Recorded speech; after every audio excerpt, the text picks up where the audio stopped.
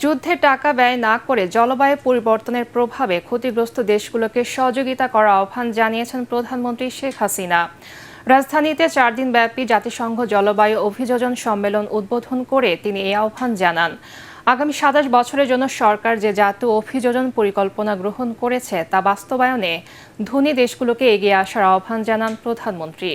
বিস্তারিত আপেল মাহমুদের রিপোর্টে। ভিশন এসি নিয়ে এলো মানিব্যাগ গ্যারান্টি অফার। 1 মাস ব্যবহার করে সন্তুষ্ট না হলে সম্পূর্ণ টাকা ফেরত। প্রচণ্ড তাপদাহে বিপর্যস্ত জনজীবন, জলবায়ু পরিবর্তনের প্রভাবে ঘন ঘন বন্যা, ঝড়সহ প্রাকৃতিক দুর্যোগের শিকার গোটা বিশ্ব। জলবায়ু পরিবর্তনের এই অভিঘাত মোকাবেলায় শুরু হয়েছে 4 দিনব্যাপী জাতিসংঘ জলবায়ু অভিযোজন সম্মেলন, national adaptation plan nap expo.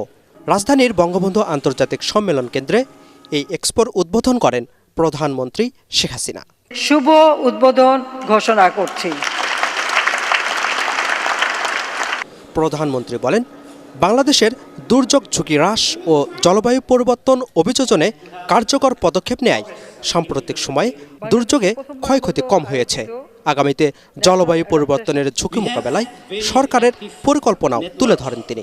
আগামী 27 বছর ন্যাপে গৃহীত কর্মপরিকল্পনা সমূহ বাস্তবায়নের জন্য আমাদের প্রায় 230 মিলিয়ন মার্কিন ডলারের প্রয়োজন। এজন্য সুনির্দিষ্ট তহবিল ও অতিরিক্ত আর্থিক সংস্থানের ব্যবস্থা গ্রহণে আমি ধনী দেশ ও আন্তর্জাতিক সম্প্রদায়ের প্রতি আহ্বান জানাচ্ছি। আসুন সকলকে সঙ্গে নিয়ে আরও নিবিড়ভাবে এই ধরিত্রী রক্ষায় আমরা কাজ করি। সেই সাথে একটি কথা না বলে পারছি না, এই যুদ্ধে অস্ত্র এবং অর্থ ব্যয় না করে সে টাকাগুলি এই জলবায়ু পরিবর্তনে যদি ব্যয় করা হতো তো বিশ্বটা রক্ষা পেত। আগামী প্রজন্মের জন্য নিরাপদ পৃথিবী করতে 6 দফা দাবিও তুলে ধরেন সরকার প্রধান।